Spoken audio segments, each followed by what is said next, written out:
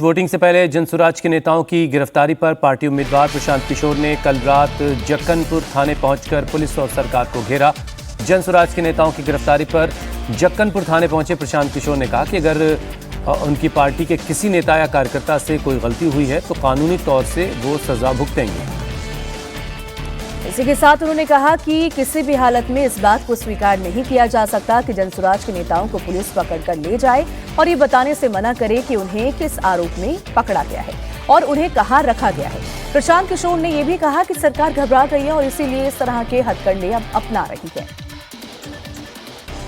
ऐसे पता करने के बाद बता पा रहे हैं कि दो लोग जो यहाँ से डिटेन करके ले जाए गए हैं उनको दानापुर के किसी थाने में रखा गया है।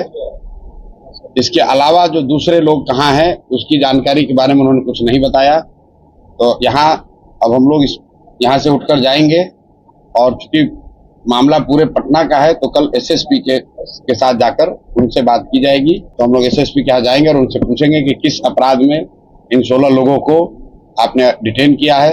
इन 16 लोगों को अगर कुछ हार्म हुआ फिजिकल तो उसकी जिम्मेवारी जक्कनपुर थाना के इंचार्ज जैसे उन सभी थाना पदाधिकारियों की होगी जिन्होंने सरकार या अपने सीनियर्स के कहने पर पॉलिटिकल मोटिव से लोगों को अरेस्ट किया है, डिटेन किया है। और ये बिल्कुल इनके बातचीत से क्लियर है कि कोई क्राइम नहीं है। पुलिस के पास एक जो अधिकार है कि आप 24 घंटे बिना किसी कारण बताए हुए किसी को अरेस्ट डिटेन कर सकते हैं, उसी का प्रयोग करके इन लोगों ने 16-17 लोगों को पकड़ा है। उसके पीछे मोटिव क्लियर है।